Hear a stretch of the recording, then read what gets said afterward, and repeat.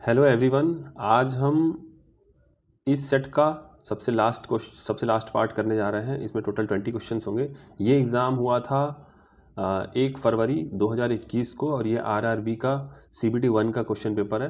तो स्टार्ट करते हैं। Question number 81। क्वेश्चन नंबर 81 में है, अक्षांश का 1 डिग्री लगभग डैश किलोमीटर के बराबर है। मतलब देखो, अक्षांश का ये है हमारा, इसको फिर से बनाते हैं, ये है हमारा अर्थ, ठीक है। ये टोटल होता है 360 डिग्री, लेकिन पूछ रहा है कि 1 डिग्री कितने किलोमीटर के बराबर होगा। तो ये टोटल 360 डिग्री है और अगर इसकी परिधि जो सरकमफ्रेंस है वही 360 के बराबर है, मतलब 360 डिग्री कितना बनाता है, ये बनाता है परिधि के बराबर। अब परिधि क्या होती है? परिधि होती है 2πr। आर क्या होता है? आर रेडियस होता है, मतलब इसका जो केंद्र होगा, केंद्र से जो भी रेडियस होगा तो आर। तो ये बात कर रहा है अक्षांश, मतलब हमारे अर्थ की बात कर रहा है, पृथ्वी की। तो आ जाओ शुरू करते हैं। 360 डिग्री 2πr के बराबर है। 2πr क्या है? 2π इंटू आर कितना है? 6400, लगभग 6400 किलोमीटर होता है हमारे पृथ्वी का त्रिज्या, रेडियस, ठीक है। तो ये हो जाएगा 2 इंटू, और पाई कितना होता है? 3.14 इंटू 6400, ठीक। तो ये होता है 360 के बराबर।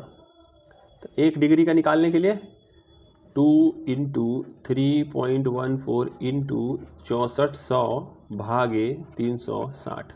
तो इसको हल करेंगे ना तो लगभग में समथिंग आएगा, तो लगभग ये हो जाएगा हमारा आंसर। ये NCERT में बॉक्स बना के अलग से दे रखा है ये।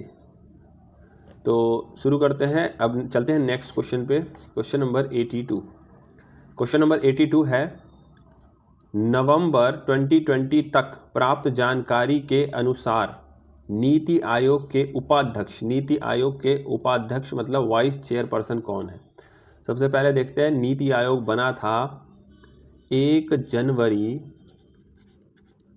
2015 को, पहली चीज। दूसरी चीज, इसके जो चेयरपर्सन होते हैं ना, चेयरपर्सन मतलब अध्यक्ष, ये कौन होता है? ये होते हैं PM, जो कि इस समय मोदी हैं। ये एक्स ऑफिस होते हैं, मतलब जो PM बना वो स्वतः अपने आप इसका चेयरमैन या अध्यक्ष बन जाता है। वाइस चेयरमैन अभी, ये नवंबर 2020 में पूछा था, अभी कौन है? सुमन बेरी, ठीक है। और एक और अधिकारी बहुत इंपॉर्टेंट है, CEO, चीफ एग्जीक्यूटिव ऑफिसर। ये कौन है? BVR सुब्रमण्यम, ठीक है। बढ़ते हैं आगे अगले क्वेश्चन में। Question number 83। क्वेश्चन थोड़ा धुंधला है क्योंकि जो PDF मुझे मिली है प्रीवियस ईयर क्वेश्चंस के, उसमें ऐसे ही प्रिंट आ रखा है। मैं इसको पढ़ देता हूं। 83, 4 सहेलियां अंकिता, श्रुति, पायल, महक एक आयताकार मेज के आसपास बैठी हैं और प्रत्येक एक कोने पर बैठी हैं। मेज है आयताकार, ठीक है, और यहाँ यहाँ यहाँ यहाँ बैठी हैं। अंकिता श्रुति के दाईं ओर बैठी है। अंकिता मान लो यहाँ बैठी है, ये श्रुति की दाहिना, ठीक है। तो ये हो गया श्रुति। जो पायल के विकर्ण सामने बैठी है, जो मतलब कौन? अंकिता श्रुति के दाईं बैठी है और श्रुति पायल के विकर्ण ये रहा, ये हो गया पायल। महक के समीप अंकिता, महक के सापेक्ष अंकिता कहाँ बैठी है? तो महक यहाँ बैठी होगी, विकर्ण में बैठी है, विकर्ण सामने, ठीक है। बढ़ते हैं अगले क्वेश्चन में। Question number 84। क्वेश्चन नंबर 84 है, ये रीजनिंग का क्वेश्चन है और इसमें देखो कैसे करते हैं इस क्वेश्चन को। दिए गए कथनों का अध्ययन कीजिए और निर्णय कीजिए कि विकल्पों में दिए गए निष्कर्षों में से कौन से तार्किक रूप से कथन का पालन करते हैं। ठीक है, चलो कथन क्या है? सभी रसोई घर शयन कक्ष हैं। ये तो हो गया रसोई घर, ठीक है, और सारे रसोई घर शयन कक्ष हो गया, तो ये लो हो गया शयन कक्ष। कोई शयन कक्ष हॉल नहीं है। ये शयन कक्ष सारा है ना, और ये कोई भी शयन कक्ष हॉल नहीं है, तो हॉल मतलब कहीं इधर होगा। ठीक है, अब देखो देखते हैं तार्किक कौन है। कुछ शयन कक्ष रसोई घर है, कुछ शयन कक्ष रसोई घर है, बिल्कुल यही सही है, तो यही आंसर हो जाएगा, क्योंकि ये जो है ना, ये तो रसोई घर है ही, शयन कक्ष भी है। ठीक है, बढ़ते हैं अगले क्वेश्चन में, क्वेश्चन नंबर 85। क्वेश्चन नंबर 85 है, अंतर्राष्ट्रीय प्रकाश दिवस किस दिन मनाया जाता है? 16 मई याद कर लेना है इसको, ये फैक्ट है, इसमें कुछ दिमाग नहीं लगना है। एक और नॉलेज ये है कि जो 1 मई है ना, ये इंटरनेशनल लेबर डे, मतलब अंतर्राष्ट्रीय मजदूर दिवस। बहुत इंपॉर्टेंट है, रिपीट करता है, 1 मई। बढ़ते हैं अगले क्वेश्चन में, क्वेश्चन नंबर 86। क्वेश्चन नंबर 86 काफ़ी धुंधला है, मुश्किल है करना, इसको छोड़ते हैं। ये सिंपल DI का क्वेश्चन है, इसमें कुछ नहीं करना है। ऐसे क्वेश्चंस में हमें, जैसे किस वर्ष में कंपनी A और B दूसरे की बड़ी बिक्री का न्यूनतम अंतर है, तो सबसे कम जहाँ पे होगा मुझे लगता है, आई थिंक यहीं पे होगा, ऐसे निकल सकता है। जब क्लियर PDF मिलेगा तो इसको बाद में करा देंगे। Question number 87। क्वेश्चन नंबर 87 है, एक हाथ घड़ी में सुबह के 7:30 बजे हैं। ठीक है, एक कोई हाथ घड़ी है, उसमें सुबह के 7:30 बजे हैं। ये रही घड़ी, और आई थिंक समवेयर यहाँ बजे हैं 7:30 ना, हाँ, तो ये 6 हो गया, ये 9 हो गया, 12 हो गया, 3 हो गया, तो ये 7 8, तो यहाँ समथिंग बचा है। ठीक है, ठीक है, 7:30 बजे है ना, तो छोटी वाली आवर सुई यहाँ होगी और मिनट वाली सुई यहाँ होगी। हाँ, सुई वाली 7:30 बजे है। यदि घंटे वाली सुई दक्षिण पश्चिम दिशा में है, ये घंटे वाली सुई, और ये क्या है? दक्षिण पश्चिम। अच्छा, ये है दक्षिण पश्चिम, ठीक, की ओर इंगित करती है, तो 15 मिनट बाद पश्चिम में चली जाएगी। बिल्कुल ऐसे घूमेगी, 15 मिनट बाद कहाँ जाएगी? पश्चिम में ही जाएगी ना, फिर उत्तर में जाएगी, फिर पूर्व में जाएगी, फिर दक्षिण में जाएगी, फिर दक्षिण पश्चिम के बीच में आएगी। ऐसे चलता रहेगा इनका। चलते हैं क्वेश्चन नंबर 88। क्वेश्चन 88 जो है, ये भी बिल्कुल समझ में नहीं आ रहा है, इसको भी स्किप करते हैं। बढ़ते हैं क्वेश्चन नंबर 89। दी गई जानकारी को पाई और उसके बाद दिए गए कथनों का उत्तर दें।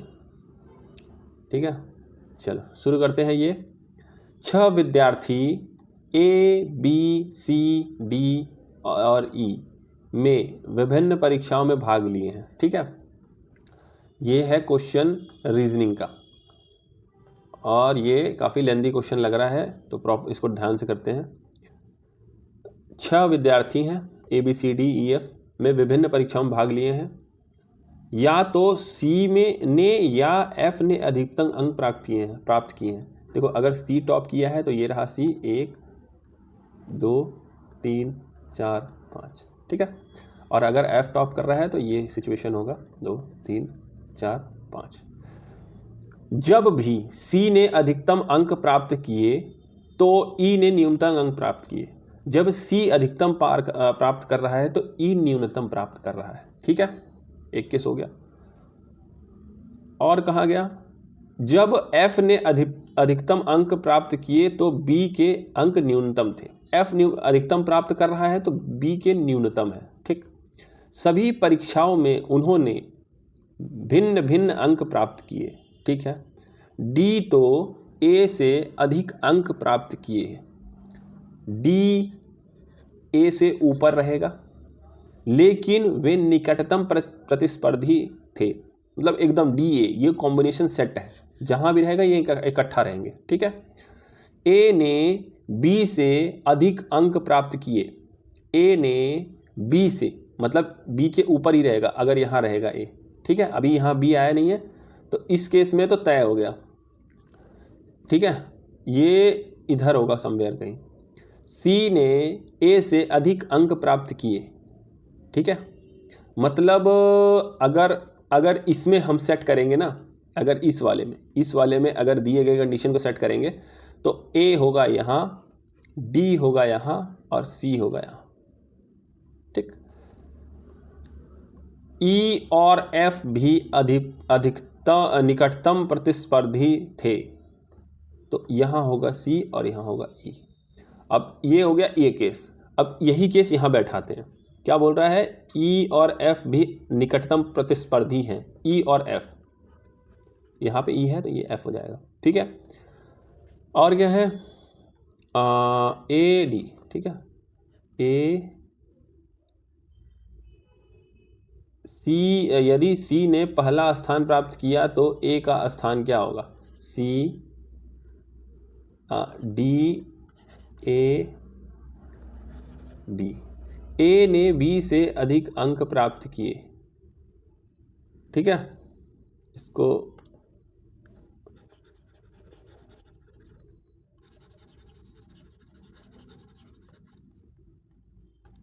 हाँ, डी ए तो हमेशा रहेगा और सी से कम है, ये दिया है ना। डी तो ए से अधिक अंक प्राप्त किए। ठीक है, डी ए से अधिक अंक प्राप्त किए, लेकिन वे निकटवर्ती हैं, मतलब इनका कॉम्बिनेशन हमेशा डी ए एक साथ रहेगा।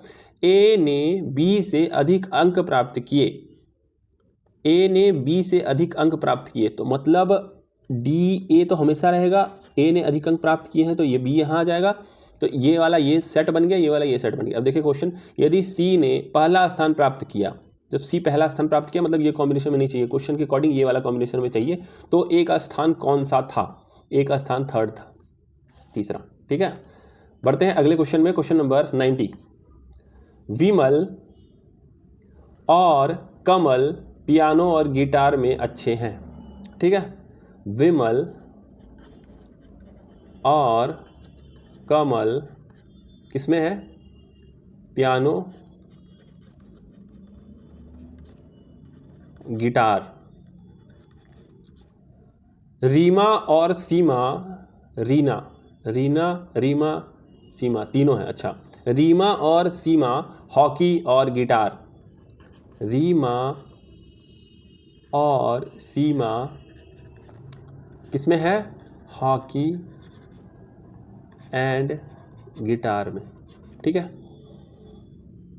रीमा कोमल और रीना हॉकी और शतरंज में।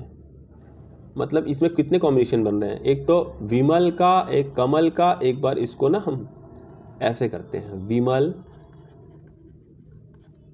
कमल रीमा सीमा,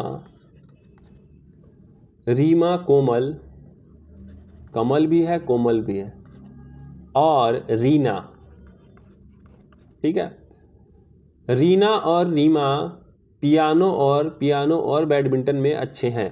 कोमल और शोभा, अच्छा सीमा भी हमने लिख लिया। अब देखो, कौन हॉकी, शतरंज और बैडमिंटन में अच्छा है लेकिन गिटार में अच्छा नहीं है। अब गिटार किसमें नहीं है ये ढूंढते हैं।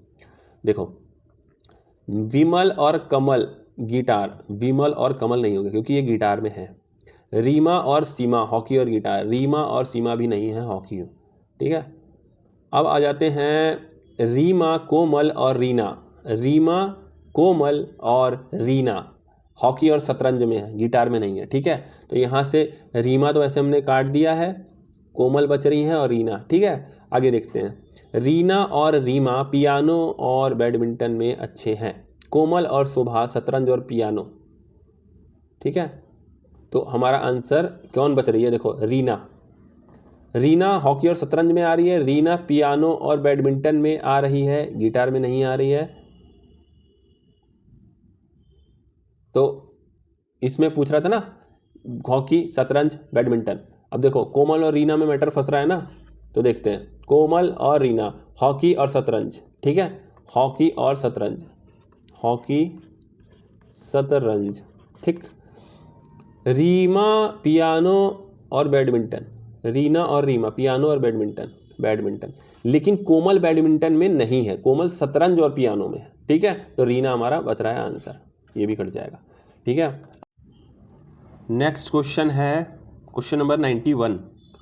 क्वेश्चन नंबर 91 में है, एक निश्चित कूट भाषा में लाफ्टर को MBVHIUFS लिखा जाता है, उसी कूट भाषा में डिप्रेशन को किस प्रकार लिखा जाएगा? तो लाफ्टर LAUGHTER, इसको क्या लिखा जा रहा है? MBVHIUFS। देखो क्या है ये, LMABUVGHHITUEFRS। नेक्स्ट अल्फ़ाबेट जो है वो हमारा कोड में आंसर आ रहा है। तो DEEFPQRSEFST, पहला वाला।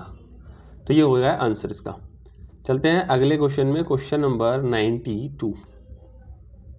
क्वेश्चन नंबर 92 है, रीजनिंग का क्वेश्चन है। किसी परिवार के 5 सदस्य ABCD और E हैं, ठीक है। D B का पिता है, D B का पिता है जो A की पत्नी है। D B का पिता है जो A की पत्नी है, B A की पत्नी है। C D की बहन है, C D की बहन है। और E D की पत्नी है, E D की पत्नी है। E का A से क्या संबंध है? E का A से क्या संबंध है? तो E यहाँ है और A यहाँ है, तो E की बेटी का पति है A, तो क्या हो गई? E सास हो गई, और A क्या हो गया? दामाद हो गया, ठीक है। चलते हैं नेक्स्ट क्वेश्चन में, क्वेश्चन नंबर 93। क्वेश्चन नंबर 93 है, नीचे एक कथन और उसके बाद 2 तर्क दिए हैं, कथन और तर्क दिए हैं। बताएं कि इनमें से कौन से तर्क कथन के संबंध में पुष्ट है। कथन और तर्क, प्रशासनिक विभागों में कार्यरत अधिकारियों को स्थानांतरित किया जाना चाहिए, ये हो गया कथन, मतलब ट्रांसफ़र किया जाना चाहिए, ठीक। अब आते हैं कथन क्या है? हाँ, ये लोगों के साथ हो जाता है और उन्हें प्रभावित किया जा सकता है। अच्छा, नहीं, बार बार स्थानांतरित किया जाना अधिकारियों को पसंद नहीं आता है। मिश्र हो जाते हैं। अच्छा, मतलब ये लिखा नहीं है साफ से, बट दिया है आंसर, केवल एक तर्क पुष्ट है। दूसरा देखते हैं, नहीं, बार बार स्थानांतरित किया जाना अधिकारियों को पसंद नहीं है। देखो ये बात तो सही है कि अधिकारियों को पसंद नहीं है ट्रांसफ़र, लेकिन क्या उनके पसंद से होगा काम? कि प्रशासनिक फ़ायदे और प्रशासनिक व्यवस्था देखी जाएगी। कुल मिला के ये है हाँ, ठीक है। ये क्या होता है ना, मिल जाते हैं, और अधिकारी क्या होते हैं, ट्रांसफ़र नहीं करोगे तो मिल जाएंगे और फिर वो अपना फ़ायदा देखेंगे, तो इसीलिए ट्रांसफ़र ज़रूरी है। पहला कथन सही है, ठीक है। चलते हैं नेक्स्ट क्वेश्चन में, क्वेश्चन नंबर 94। क्वेश्चन नंबर 94 है, दिए गए कथन, अच्छा ठीक है, कथन और निर्णय पे आधारित है, और निर्णय कीजिए कि धारणाएं दी गई हैं वो सही है कि नहीं, ठीक है। एक विज्ञापन में कहा जाता है कि घरों को सजाने के लिए XYZ पेंट का इस्तेमाल किया जाना चाहिए। ठीक, लोग अपने घरों को सजाना चाहते हैं। केवल XY पेंट ही घरों को सजावटी बना सकते हैं। विज्ञापन में कह रहा है कि XYZ का इस्तेमाल किया जाना चाहिए, तो इसमें है लोग अपने घरों को सजाना चाहते हैं, बिल्कुल सजाना चाहते हैं, तभी तो ऐड है। केवल XYZ, केवल, तो जहाँ पे केवल, सिर्फ, इसके अलावा कोई नहीं, मतलब इस तरीके के शब्द हों तो वो गलत ही होते हैं। तो ये इसके अंदर निहित नहीं है। केवल कहाँ से, बहुत सारे पेंट हैं, ये तो इसका ऐड है, तो इसीलिए इसका विज्ञापन दिखा रहा है। नेक्स्ट क्वेश्चन है क्वेश्चन नंबर 95। क्वेश्चन नंबर 95 है, इसमें क्या है, 4 शब्द युग्म दिए गए हैं जिनमें से 3 किसी प्रकार से एक समान है जबकि एक असंगत है। अच्छा, 4 युग्म दिए गए हैं, उसमें से 3 जो है समान है और एक असंगत है। कम ज़्यादा, रात दिन, मुलायम नाजुक, मीठा खट्टा, ये है ना। रात दिन, अच्छा विपरीत है, विपरीत, मुलायम और नाजुक समान, समानार्थ, कम ज़्यादा विपरीत, मीठा खट्टा विपरीत, मतलब ये सबसे अलग है, समानार्थक शब्द है। बढ़ते हैं अगले क्वेश्चन में, क्वेश्चन नंबर 96। उस विकल्प का चयन कीजिए जिसका तीसरे पद के साथ वही संबंध है जो दूसरे पद का पहले के। ये है law order, crime punishment. Law क्या है, ऑर्डर के लिए है, क्राइम पनिशमेंट, सही है। बढ़ते हैं आगे, क्वेश्चन नंबर 97। अब इस क्वेश्चन में क्या ही करना है, सिंपल क्वेश्चन, एकदम 1 नंबर का आसान क्वेश्चन। आरोही क्रम में लिखो। आरोही मतलब बढ़ते हुए क्रम में लिखो, तो लिखते हैं बढ़ते हुए। सबसे छोटा कौन सा है, सबसे छोटा है माइनस में जो सबसे बड़ा है वही सबसे छोटा है, तो पहला हो गया। उसके बाद आएगा ये माइनस में, चलो माइनस निपट गए सारे। उसके बाद सबसे बड़ा कौन हो सकता है, सबसे बड़ा 2, तो लास्ट में 2 आएगा, 1 4 2, ठीक है। आ जाओ बढ़ते हैं अगले क्वेश्चन में, क्वेश्चन नंबर 98। क्वेश्चन नंबर 98 में क्या ही कर सकते हैं, ये पेपर ना इतना ब्लर है, करते हैं ट्राई, देखते हैं कोई अगली बार अच्छे प्रिंट का जो क्वेश्चन पेपर होगा मैं उसको सॉल्व कराऊंगा। ये काफ़ी ब्लर आ रहा है ये क्वेश्चन पेपर, मैं इसको पढ़ता हूँ। 98 में दिए गए पैटर्न का ध्यानपूर्वक अध्ययन कीजिए और दिए गए विकल्पों में उस संख्या का चयन कीजिए जो इसमें प्रश्न चिन्ह के स्थान पर आ सकती है। तो AT1M4, अच्छा बिल्कुल आइडिया नहीं लग रहा है इस क्वेश्चन को, मैं देखूंगा अच्छे प्रिंट में जहाँ मिलेगा उसको मैं कराऊंगा। ये 98 क्वेश्चन रीजनिंग का क्वेश्चन है, इसमें देखोगे तो बहुत ही सिंपल लॉजिक होगा। फॉर एग्जांपल जैसे कि एक पैटर्न होगा, अच्छा ये नंबर्स है ना ऑप्शंस में, देखो ABCD में भी एक पैटर्न होगा कि समथिंग A के बाद कुछ गैप दे के कोई अल्फ़ाबेट लिया जा रहा है। नंबर्स में भी वही कुछ सीक्वेंस होगा, कुछ पैटर्न होगा नंबर्स में भी, जैसे 1 होगा तो शायद 5 होगा, 4 का डिफरेंस पे होगा, फिर 9 होगा, कुछ ऐसा होगा। जैसे आंसर 7 है, तो देखेंगे अच्छे प्रिंट में मिलेगा। तो बढ़ते हैं क्वेश्चन नंबर 99। क्वेश्चन नंबर 99 में है, वर्तमान में एक माँ की आयु उसकी पुत्री की आयु की 3 गुनी है। एक माँ की आयु, मान लो माँ की आयु x है, पुत्री की आयु की 3 गुनी है। पुत्री की आयु y है, ठीक है। प्रश्न के हिसाब से पुत्री की आयु और ये माँ की आयु ना, माँ की ये 3 गुनी ज़्यादा है, तो बराबर होने के लिए यहाँ पे 3 मल्टीप्लाई कर देंगे। तो ये पहला इक्वेशन आ गया, पहला समीकरण। 5 वर्ष पहले, 5 वर्ष पहले, ठीक है, मतलब ये पुत्री की आयु में 5 घटा दो, माँ की आयु में 5 घटा दो, उसकी आयु उसके पुत्री की आयु से 4 गुनी थी, ठीक है, 5 वर्ष पहले ये जो है ये 4 गुना इससे ज़्यादा, तो 4 इसमें मल्टीप्लाई गुणा करके ये बराबर कर दो। ठीक है, तो x बराबर 3y ये पहले से मिला था, ये सेकंड इक्वेशन है। तो इसका x का मान जो है ये दूसरे वाले में हम रख देते हैं। कैसे होगा ये 4y माइनस 5 4 20 बराबर 3y माइनस 5। ठीक है, फिर इसके इधर करते हैं तो y बराबर 15 आ जाएगा। क्या पूछा है? पुत्री की वर्तमान आयु ज्ञात कीजिए। तो पुत्री की वर्तमान आयु y बराबर 15। ऐसे क्वेश्चंस में जैसा प्रश्न कहे वैसा ही करते जाओ। प्रश्न ने कहा कि माँ की आयु पुत्री की आयु से 3 गुना ज़्यादा थी, तो इधर हमने 3 कर दिया तो ये बराबर हो गया, पहला समीकरण बन गया। दूसरा जैसा कह रहा है 5 साल पहले, तो मैंने 5 घटा दिया दोनों में से। उसके बाद 5 साल पहले 4 गुना थी, तो ये हिस्सा माँ की आयु 4 गुना होगी, तो 4 गुना इसको भी कर दो, बराबर हो जाएगा, आंसर निकल जाएगा हमारा। चलते हैं प्रश्न संख्या 100। प्रश्न संख्या 100 में क्या करना है? दिए गए विकल्पों में से उस संख्या का चयन कीजिए जो निम्नलिखित श्रेणी में प्रश्न चिन्ह के स्थान पर आ सकते हैं। तो देखो ये एक श्रृंखला है, संख्याओं की श्रृंखला है, इसको पकड़ना है हमें कि अगला क्या आएगा। तो 5 18 क्या आएगा? 13। ठीक है, 18 और 39, तो ये क्या आएगा? 21। ये क्या आएगा? 40।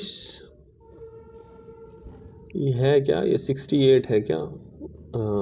29 आ जाएगा। उसके बाद आते हैं 68 है, 70, 35 तो 37। तो देखो इसमें कितना बढ़ रहा है? 8 बढ़ रहा है, 8 बढ़ रहा है, 8 बढ़ रहा है। ठीक है, तो इधर जो भी आएगा ना उसमें क्या आएगा? गैप।